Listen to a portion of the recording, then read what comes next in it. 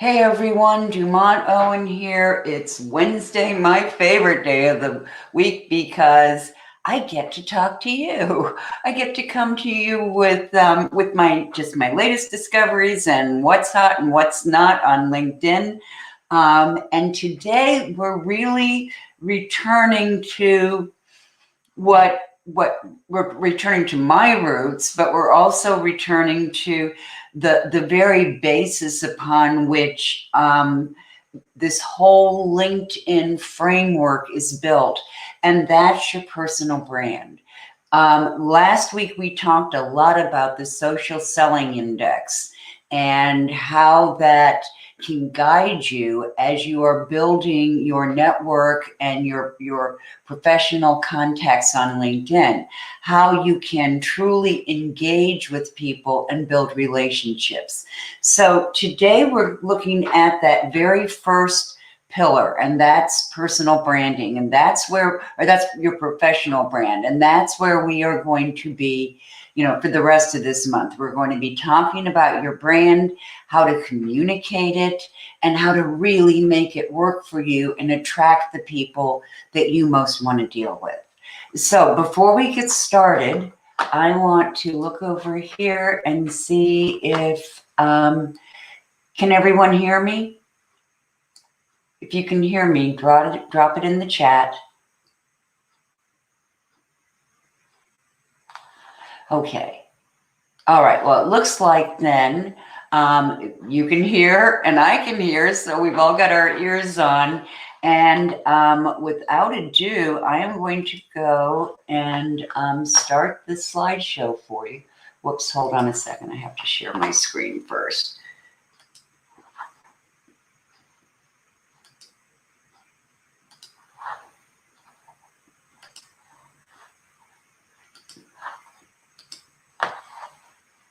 Okay. So now let's get this show on the road. All right, so you should be seeing a slide right now that says stand out, build an irresistible personal brand in 3 steps. And that's what we're talking about today. So as you're thinking about this, I want you to think in terms of, how important is it to you that you know a brand before you buy? And what makes the difference there? Okay, so when we think about that, what makes a brand, what makes it so important to know a brand before you buy, or is it important to know?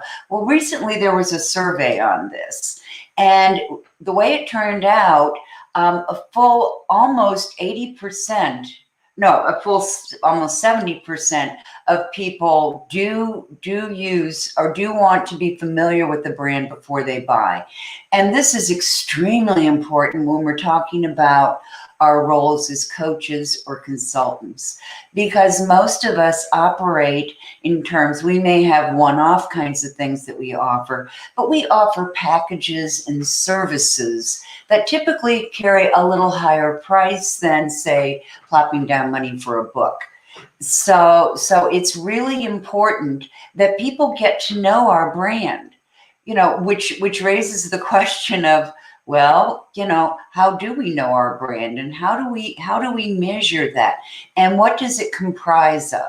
So that's what we're talking about today. We're talking about building trust and awareness into your brand so that people know who you are, they know what you stand for, and they really want to talk to you. Okay.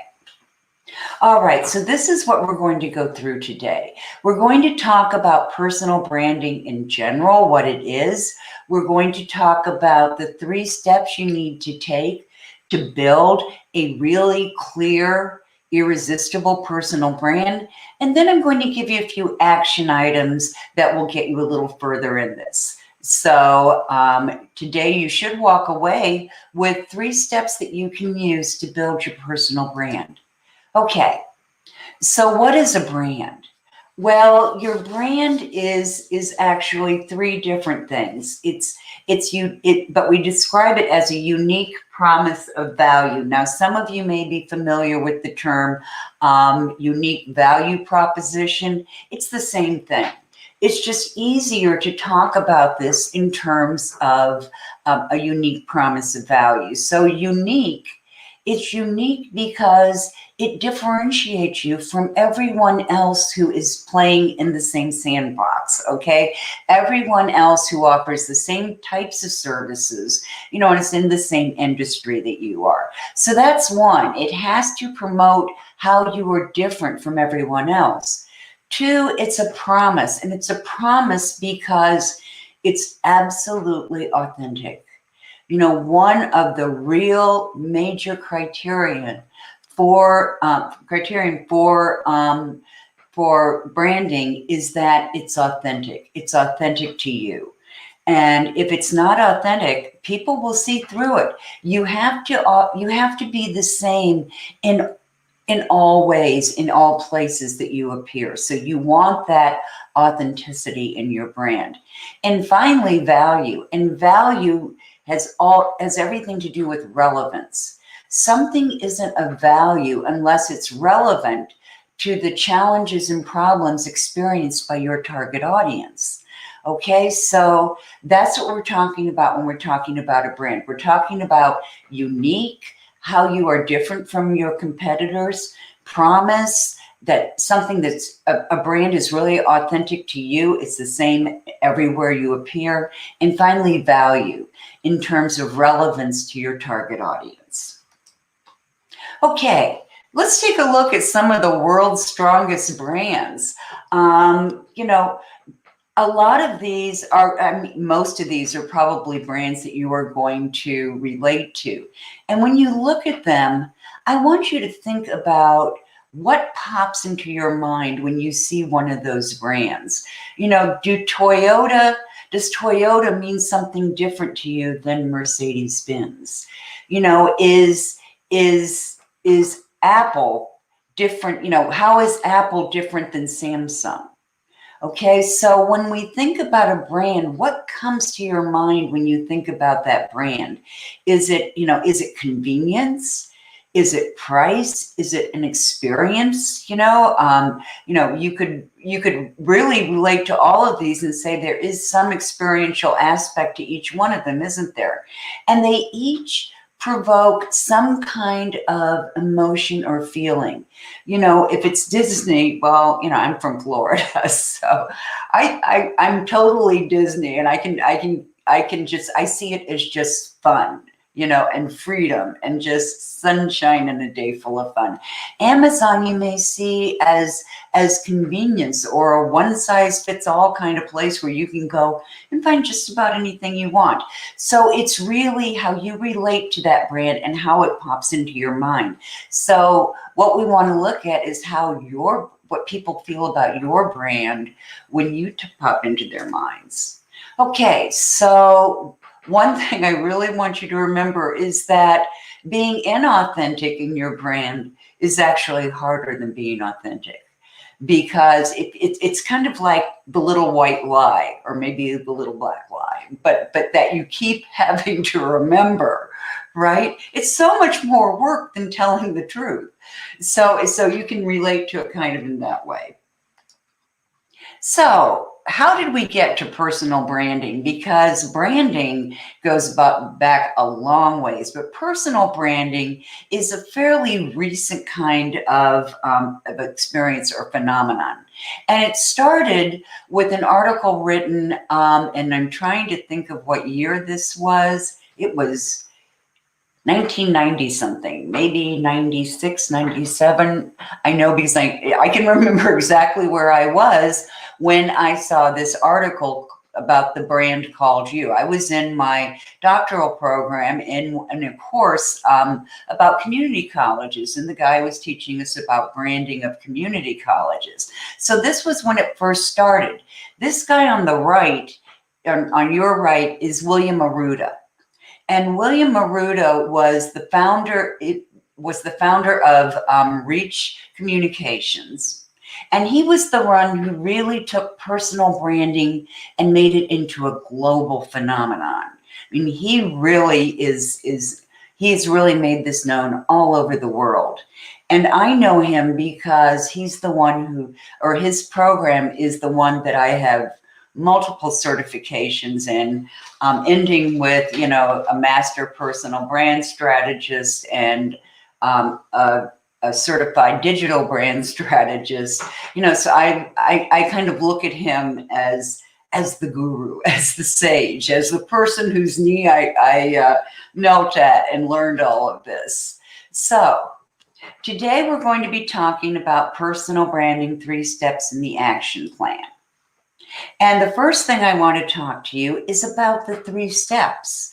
Now, these are the 3 steps that you will take to absolutely ensure that your brand is working for you on LinkedIn. And that's so important because LinkedIn has over 700 million people now, okay? And I think I haven't looked in the last few weeks, but it just keeps growing exponentially. So the 3 steps that you're going to take to unearth your brand are extract. And that's where we really look at your unique promise of value. That's where we look at the core elements of your brand. Because the truth is that you don't create your brand. Your brand is already there, and that may be reassuring or not, but your brand is already there. You already have a brand. So to extract your brand, we're going to look at, how you regard your brand and how others regard your brand. So we are going to unearth your brand. In the second part, we're going to look at how you express your brand to your target audience. And over the next 2 weeks, we're going to get even more into that. And then finally, it's how you align your brand with everything in your brand environment. So hold on a second, because I want to go over here and check and see if any of you have any questions at this point. Okay. All right. Yeah. Well, I'll be answering that shortly. So I'm going to keep going. But thank you, Carol. That was a good question. So let me go back over here and hold on.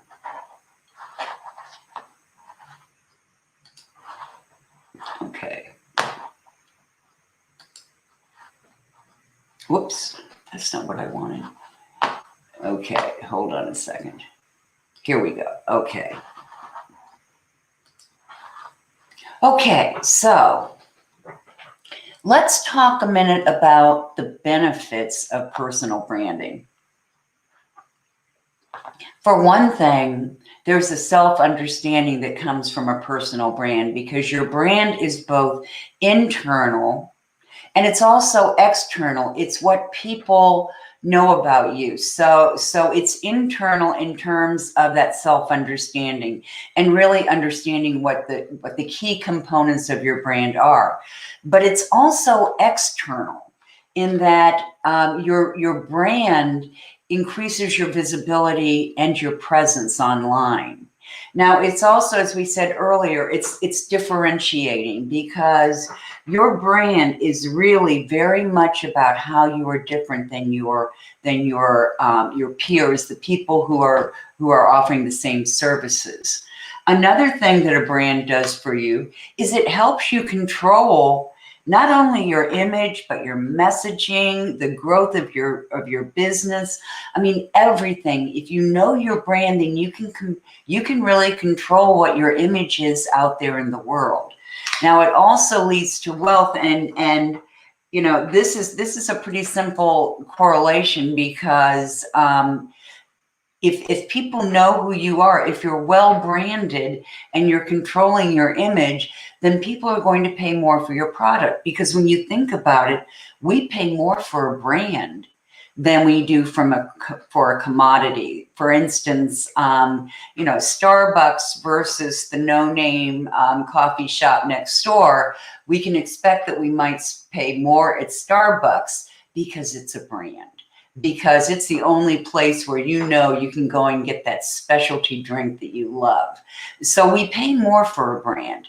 It's also about achievement, about being able to reach the goals that you want, and it's also about fulfillment, because professional fulfillment comes from aligning who you are with what you do.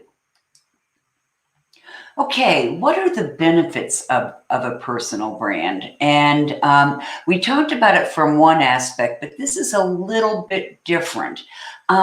Your personal brand, remember when I said it had to be authentic?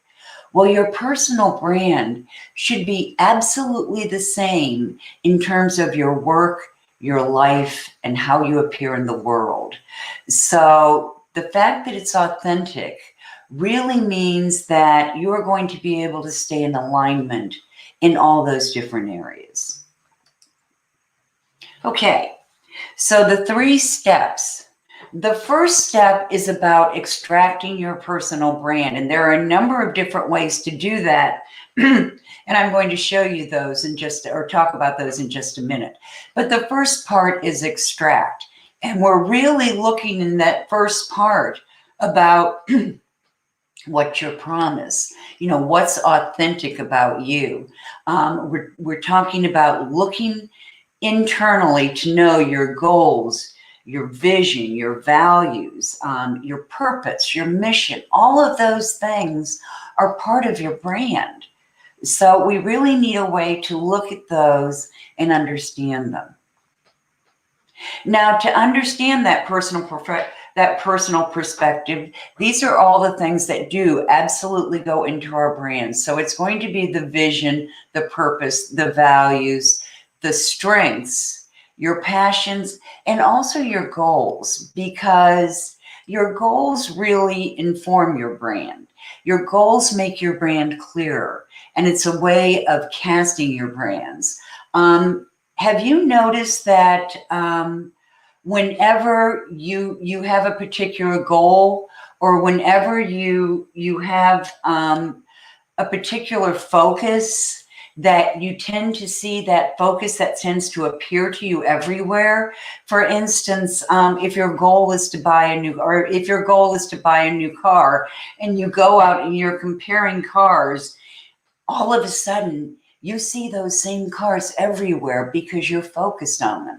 So your goals focus your personal brand. Next, what are the external perceptions of your goals? So when we're talking about your goal, we're talking about those internal perceptions of your strengths, your values, your passions, all of that. But we're also talking about external perceptions. And this is what really convinced me of the importance of personal branding. Because I come out of higher education. I was always running career development centers or career centers.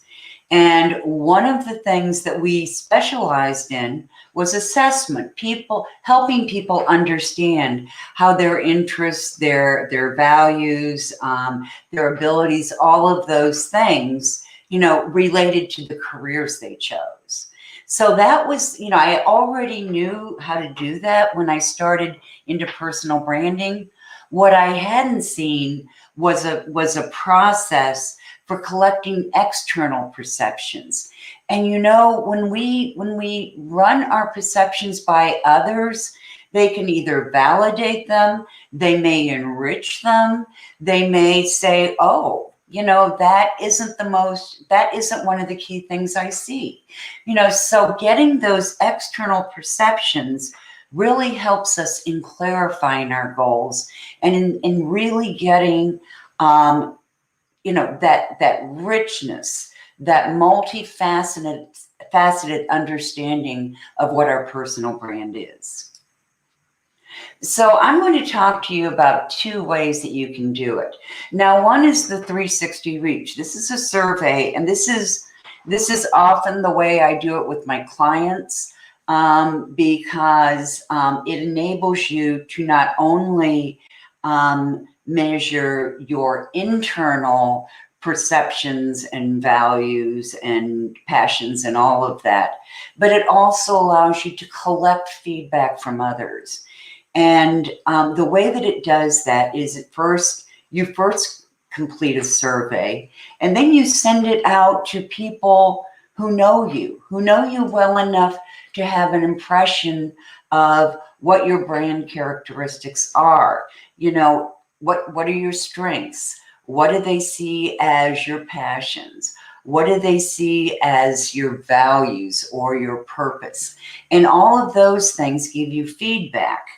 And that's really great because with this kind of a survey, the feedback is anonymous. So people can feel really good about doing that, and they don't feel like they're giving away the farm. Now, does this mean that you're going to get all this feedback that's going to make you go, oh my gosh, I didn't know I was so horrible with that? No, because we're talking about your brand. We're talking about your personal brand. We're not going to focus on weaknesses. That's not what this instrument is about. Yes, they might, there might be something that they say in a comment someplace that could alert you to a discrepancy. But this is focusing on what your personal brand assets are. And that's what you really need to do. Now, is this the right way for everyone to do this? No, I have clients that I don't use this survey with. And these are clients who may not know enough people who know them well enough to do this. You really need 10 to 15 responses in order to get a clear picture. They may just not feel comfortable. They may not feel that they can get 15 responses. Now, the people that you send your survey to would be anyone who knows you well enough to have an opinion. It can be your family members, your friends, your former faculty members, your clients, your prospective clients, partners. It can be all of those things. Are you a member of a church? I'll bet there are some people who have opinions there. So this is, really getting feedback from everyone. And why is it important to get feedback from all those different people?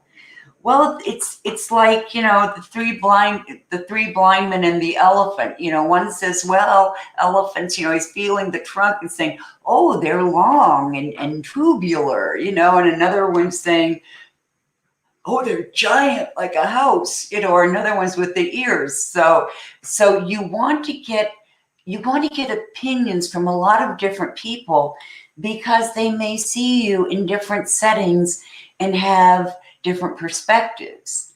At the same time, when you get feedback from all those different kinds of people, you're going to get richer data on what people see as your brand elements. It can be so much richer. William Arruda tells a story about someone that he was advising. And this was a guy who was working on his personal brand to improve his image in his workplace.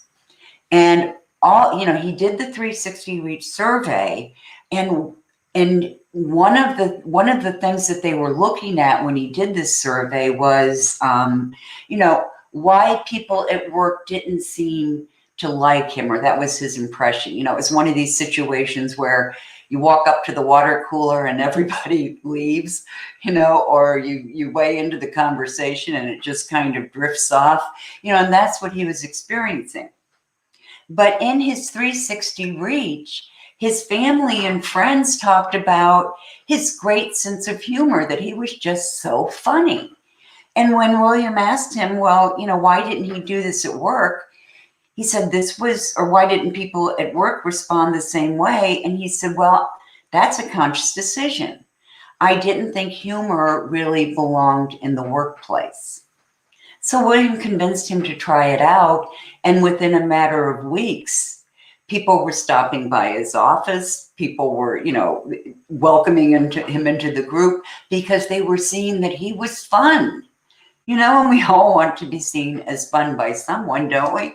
So this is a way that you can get a richer perspective on not only what your brand elements are, but which brand elements you want to use in what ways? Do you want to use this, in your work world, or is it something that maybe you want to downplay and emphasize other aspects of your brand?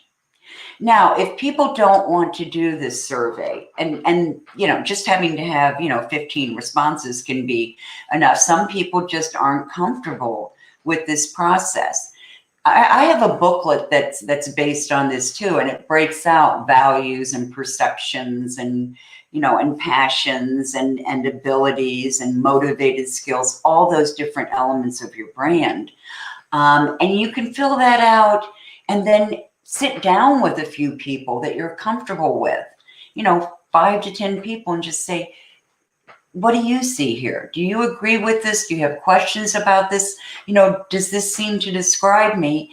And why or why not? And get feedback that way. And some people are a lot more comfortable, sitting down over a cup of coffee, or in this particular time, a virtual cup of coffee, and going through this.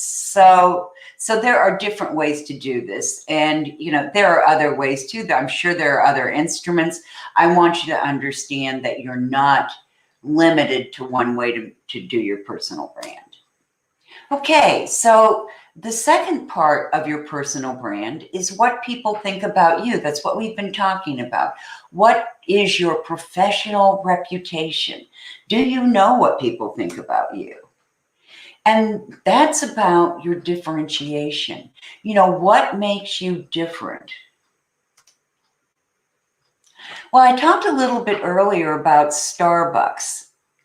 And the real thing that makes us pay more at Starbucks is that Starbucks has a very distinctive brand, and they were really magicians at this. I mean, they made Starbucks and a cup of coffee at Starbucks really an experience. So when we go to Starbucks, we may pay $4.50, or even, I haven't been to Starbucks lately, it may have gone up, for that specialty drink that you really love. Or you can go to the place next door that doesn't have that brand, and they may offer cool coffees too. I mean, there are a lot of places in Cleveland where I live that have great coffee, but they may not have that brand. Or they may have a different brand that's one that you would pay for. But generally, we pay more for brands than we pay for commodities. And what makes you different, what makes you unique, is what makes you successful. And this is one of William's, you hear this out of his mouth all the time. In fact, if you go and look him up on LinkedIn, it's in his banner. He feels that strongly about it because, here's the thing. People aren't going to buy from you because you're the best person in the world at something. If you're looking to stand out on LinkedIn, good luck standing out as the best, because there are over 700 million people there. Like I said before, there's probably someone who's better than you, not to, I can't say that for absolute sure, but I'm pretty sure there's somebody better than you. So so you don't have to be the best. You just have to be different. Okay. And it's that difference that's important, but it's not just any difference. It's the difference that appeals to your ideal clients, right? So it's not different. It's selectively different. It's the difference that they love about you. Okay, so what makes you compelling to your ideal clients? Well, that's all about relevance. That's about whether your information, whether your content, whether your brand, whether everything that you do. Oh my gosh, that's my alarm to feed my cat. I'm so sorry. I turned off my phone, but the alarm went off. We have a sick kitty cat who has to be paid at fed at certain times. So what makes your brand compelling is how relevant it is to the problems and challenges of your ideal clients. So when you're building your profile or you're putting out content, you want to make sure that it is absolutely 100% related to the problems and challenges of your ideal clients. Okay, now, those of you who were in my broadcast last week heard me talk about personal brand statements. And your personal brand statement is really about who you are, who you help, how you help them, and the results, okay? Or how you help them better than anybody else. So I could say, I help coaches and consultants build personal brands and promote them on LinkedIn, so that they have more coaches, or so that they have more of their ideal clients, or that they build a sales funnel of their ideal clients. So you want to take everything in your brand and you want to be able to put it into a funnel. So, I could do it another way. I could say, I combine my knowledge of personal branding and LinkedIn to help coaches and consultants build sales funnels of their for their ideal clients. There are all different ways I could do it, but you want to show what the results are. So you're going to take all the aspects of your brand, your vision, your purpose, your values, your passions, your goals, your personality characteristics and quirks. Being quirky can be cool. There's a woman on LinkedIn who calls herself the mean HR lady, or the evil HR lady. She's a career coach, and she's an ex-HR person who has learned how to do that, so that this is her brand. So, that's kind of a quirk there. Or there's another woman who describes herself as the snarky career coach. So there's another quirk. Obviously she has kind of, a dry sense of humor. Okay, there are also your strengths and your skills, your motivated skills, the ones you really like to use, and then finally, the reputation that's out there. And what you're going to do is you are going to distill all of those in order to create that personal brand statement, that who you are, who you help, how you help them, and the results.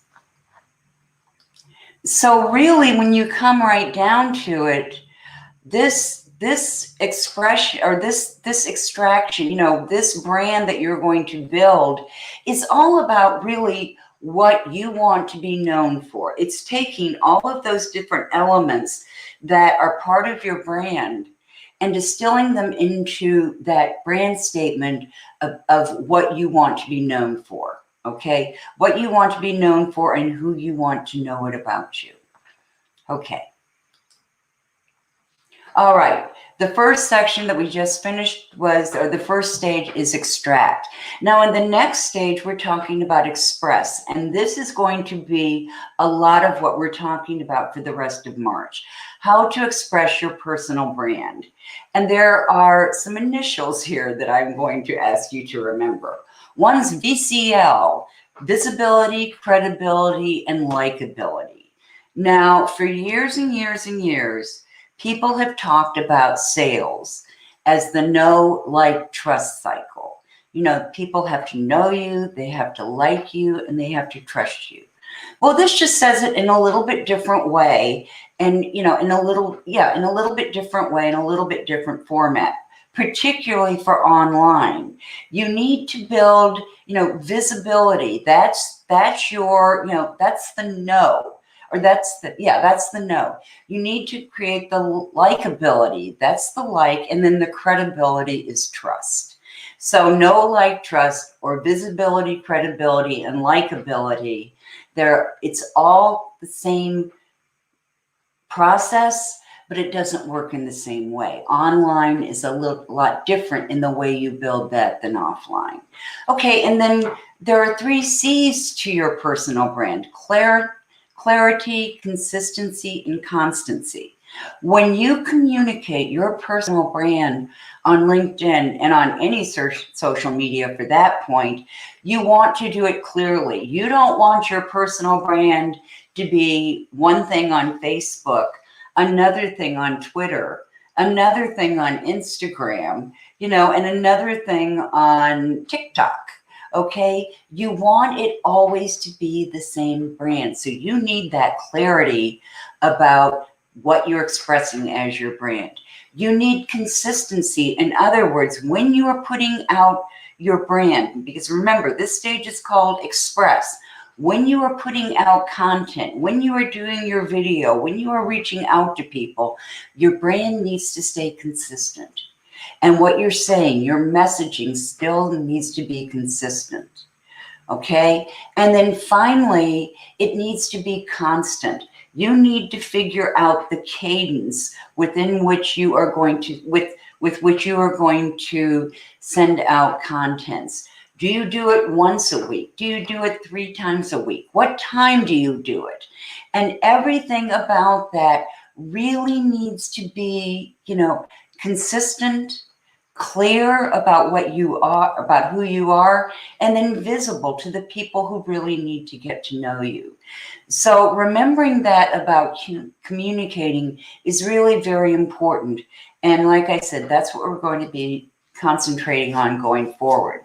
Okay, there are lots of ways that you can communicate your brand. So one of the things that you need to think about is when and where you want to communicate. Obviously, social media is one of those places. But what social media? Which social media? Because they all have different approaches. And I concentrate on LinkedIn, but I'm also on Facebook, not as much, but Facebook is better for some things, like this group for one thing. So which social media are you really going to concentrate on? And then there are internal communications. What's going on behind the scenes? How are you communicating with other people who are involved in this? Public speaking would be another of this. And I know a lot of you do public speaking. There's also now really coming up more and more virtual speaking, and that's one thing. If you are used to speaking, then push yourself a little bit more and get into that public speaking. You may have a book out.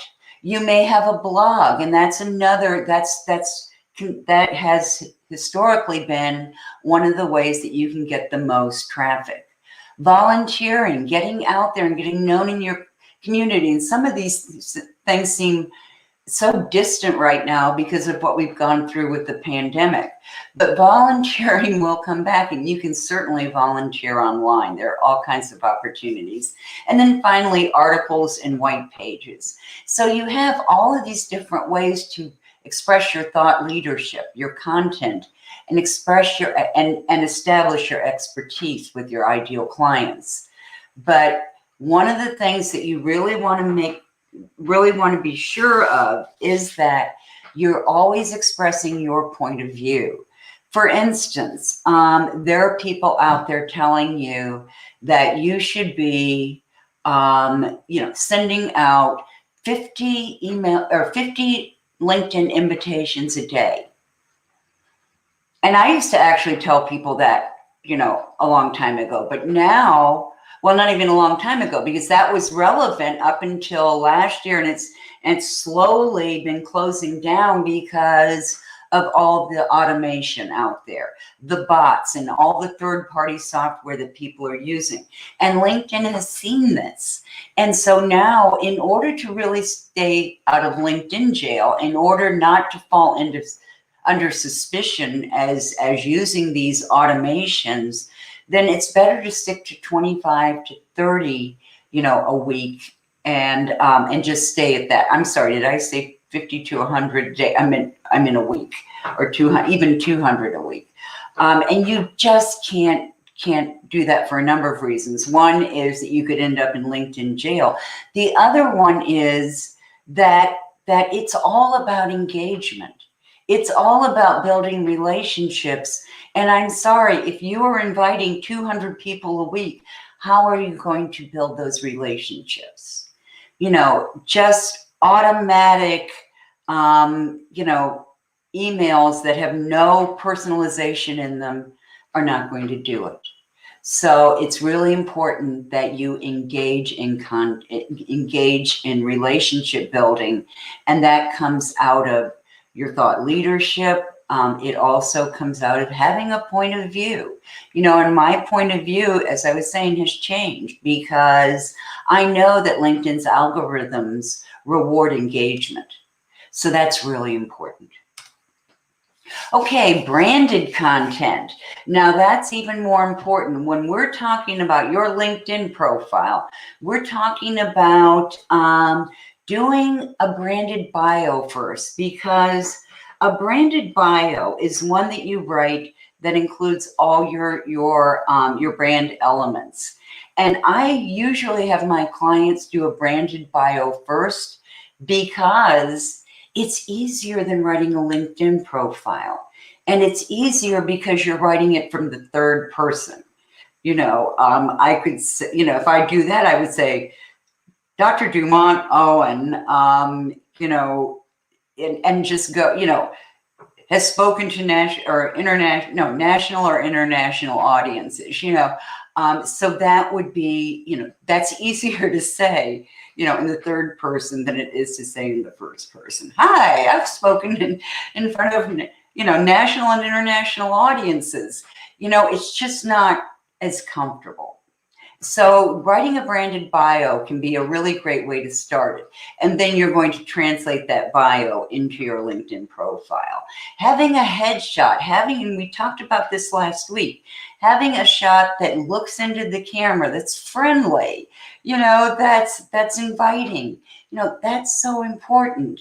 Having that thought leadership content, and on your profile, there are all kinds of ways to attach that and to feature that with branded content and videos and podcasts, blog posts. All of those different things can be featured on your profile and they can be put out there. So all of those are branded content. But the three places that, if you're just starting out, that you want to concentrate on are your banner, because it's the first thing people see, your headshot, and your headline. So be sure that you infuse your LinkedIn profile, your banner, your headshot, and your headline, and then moving on down the line, you really want to infuse it with your brand. Okay, and here's something that I want you to really think about. And I know that it's hard to get started with this if you have any hesitancy, and, do video. Every indication is that it is continuing to snowball. So if you've never done video and you're worried about it, or you're hesitant about it, get Zoom if you haven't already downloaded, and do video. Just practice doing videos. You can just do ones that you can record and see, and just practice it, because there are all kinds of ways to do video, and it doesn't have to be slick anymore. It doesn't have to be a professional video presentation. So do some practicing, get comfortable with it, and then start doing it in little bitty steps. A 1 minute video on LinkedIn is perfect. 2 minutes is the absolute max. A 1 minute, if you can get it down to 1 minute, you're golden. Okay, and then finally, you're going to be building your brand in bits and bytes. Master one form of social media, the most important one, and then go from there. All right, that brings us to our third part of personal branding, or our third stage, and that's exude. And that's where you're going to manage your entire brand environment. Now, for most of us, our entire brand environment right at the moment is pretty much online. But if you think in non-pandemic times, our brand environment is much larger and much broader. So let's look at it from that perspective. So in your brand environment, you have your work environment, you have your mobile, your mobile environment that you stay connected with. You have your wardrobe, how you wear jewelry, how you look. You have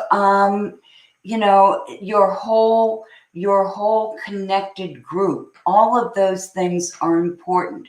So it's really important to come up with a system of your brand, of how you put yourself out there, so that your blog looks like your profile looks like, and ties into your profile, looks like your content.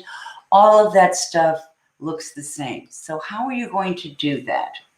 Well, you need to develop a brand identity system. So those are things like your colors, your fonts, your images, what textures you use, your logo and your tagline, that line that people see you can put it in your banner, you can put it in your headline, your headline, you can put it in all different places, but you really need to have one system. Now, if you don't have a logo, if you don't have fonts and colors, there are places you can go online to get those. There are places where you can develop, there are services where you can develop your own logo. Just Google them, they're out there. You can go to a site like Fiverr or Upwork and get someone to design it for you. So there are all kinds of options that at all different kinds of prices. So what color is your brand? Well, different colors have different thoughts associated and different emotions associated with them. What comes to your mind when you think of orange? What comes to your mind when you think of green? And what color you choose as your brand color, or maybe your primary and secondary brand colors, what is your brand color? It's not your favorite color necessarily. It's not your favorite color. It's the color that actually expresses your brand elements.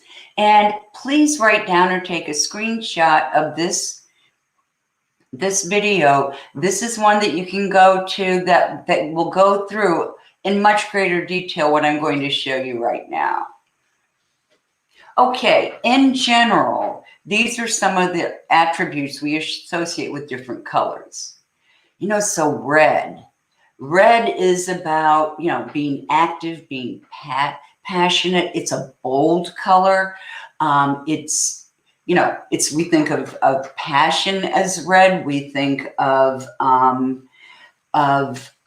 energy as red. Red is my secondary color because people say I am really passionate about a lot of things that I do. Now, orange is about determination and encouragement and potency and strength, all those kinds of things. And it's really interesting because now I'm in Cleveland and we have the Cleveland Browns, and their color is orange.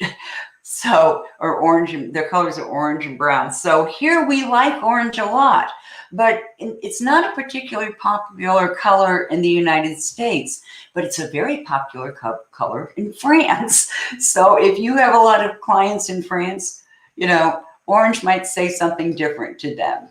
Yellow. Now, yellow is, think of sunshiny personalities, creative, peppy, happy, a lot of energy. That's what yellow means. And green, green, you see a lot of green in terms of therapist's office. In terms of schools, you often see, rooms and what we used to call blackboards. They became rebranded in green because it's something that feels young, it's supportive, it's about rebirth and growth and youth. It's all those kinds of things. Green is a very reassuring color. And there's trust. Now, blue is my main color because it talks about reliability, wisdom, confidence, truth, and authority. Those are all things that go along with blue. There's a reason that IBM is called Big Blue. There's a reason that you see blue in terms of a lot of banking logos. You know, it really depicts trust, authority, and authenticity. Okay. And then lastly, we have purple. And I just had someone in my mastermind group the other day talk, you know, she was showing her brand and her colors, and it was purple. And I said, oh, what a royal color. And, you know, it has that magic and that spirituality to it. And she said, oh my gosh, you got it completely. And that's because that's what it conveys. Those of you who are familiar with Prince, you know, the late musical artist, his color was definitely purple. And, you know, one of his great what I want to, yeah, videos, albums, CDs, whatever you call it, was, you know, Purple Rain. And he was also a Jehovah's Witness. And so there were a lot of different aspects to that. So purple is a really cool color. So if you didn't get it at first, get it now, get that link, you know, and where can you put your color? You can put it on your website, you know, your blog, your marketing materials, you know, all those paper materials that you're probably not using as much right now. It can be in your email signature, your personal possessions, you know, maybe, well, at one time when I first started out with blue, I was painting my nails blue all the time, you know, and wearing a lot of blue, and I still do that occasionally just to make the point. And then social media backgrounds, you know, your banner on LinkedIn is a perfect place for your brand color, you know, your slide decks that you use, all of those things can convey your brand. Okay, so as you're doing this, you want to think about who is in your brand community. You know, who is it that you know is in your small brand community as well as your larger brand community. So it can be, you know, your family and friends might be very close to you, you know, and your colleagues. But then as you move outwards, you know, you may have, you know, your family maybe first, but then you have friends, and then you have people who are colleagues outside of your country and your company, but out of your country too, you know, as you keep expanding your brand and your brand community. So it's really important to think about, you know, what that environment is and how far you want to spread it. So that brings us to the 3 steps. We have completed all 3 steps. The first one is unearthing your brand by a survey or really filling something out that clarifies your brand elements, and then getting feedback. Feedback is a very important element of it. Then there's the express, how you communicate your brand. And then finally, exude, which is aligning your brand with aligning all of your brand elements with everything that people see about you. Okay. So the last thing I want to talk to you, and then I'm going to put down, I'm going to stop sharing and take any questions you have. So, you know, what can you do to start building your personal brand? You know, what can you do to really assess that vision, purpose, values, you know, your strengths, your passions, you know, your goals, everything about you? How do you take that and get it out into your brand environment? Well, the first thing to do is just what we've been talking about. Write them down.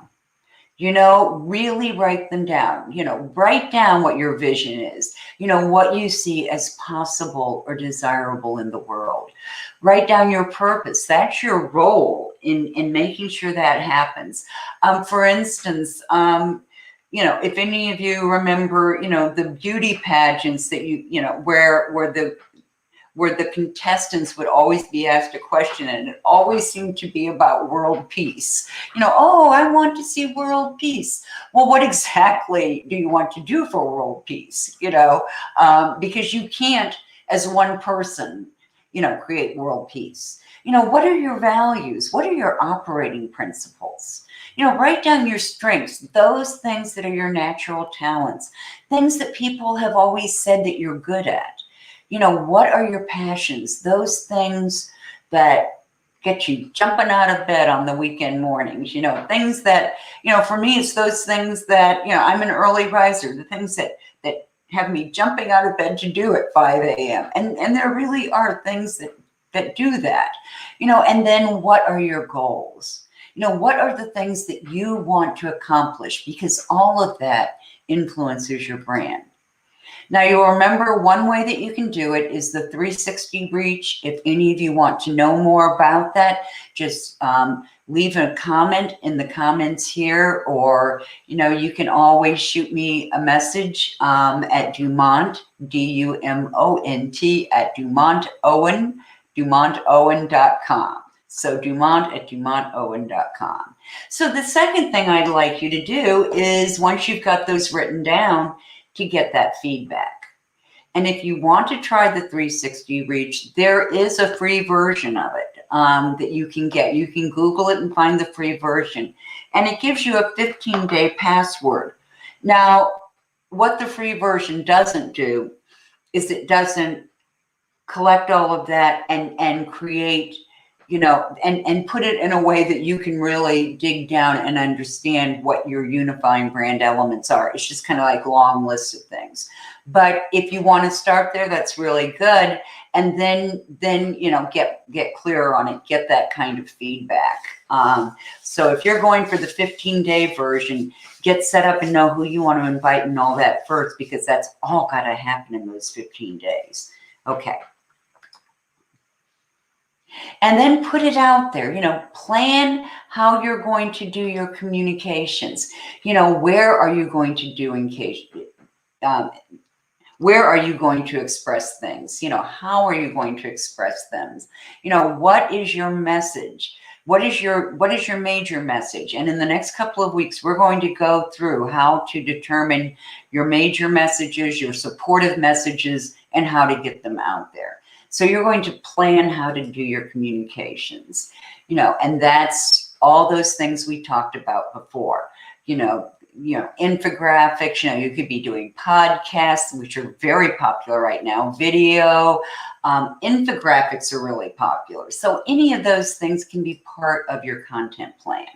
So I want you to think about not only how you can do your content plan, which, if we go back, is going to, not everything, okay? I'm not suggesting that you do all of this. I'm suggesting that you pick the ones that you are best at, that you are most comfortable with, and do them. Okay, so when you're planning your content, one of the things I want you to do is to really quickly decide how you're going to use it this time, but repurpose it. If you had a presentation, make it into a video. If you had a blog post, make it into an article, all of those things. And I'm going to speed up because we're just about out of time. So coming up next week, we are going to be talking about 10 ways you can promote your professional or your personal and professional brand on LinkedIn. That's going to be the how-tos, 10 ways you can do it. And that's selling out already. So I'm not charging, but that's become really popular. And then finally, how to communicate your brand on LinkedIn. And that's going to be the essential components of really promoting your brand. So if you can't make them, you can register for the recording. And right now, I'm going to get out of here so that I was a little verbose today. Okay, get out of there. I'm going to stop sharing. I'm going to check over here and check and see. Okay, take off my glasses so that I can read this. Okay, yes, there is a specific link to the 360 Reach branding survey. So after we finish, I will definitely drop that in the comments below. And if you want to see an image of what I can't give you the LinkedIn workbook. it's copyrighted, and so I can't give that to you when you're not a client, but I can give you an idea of what it looks like and how you can use it. So I will drop that information in the comments after this. And let me see what else we have coming up. That looks like it. Okay, so man, I took the whole time today. I ran a little long, but hopefully you got something out of this. Drop your comments, give me some feedback in the comments below. Thanks, guys, and see you next time.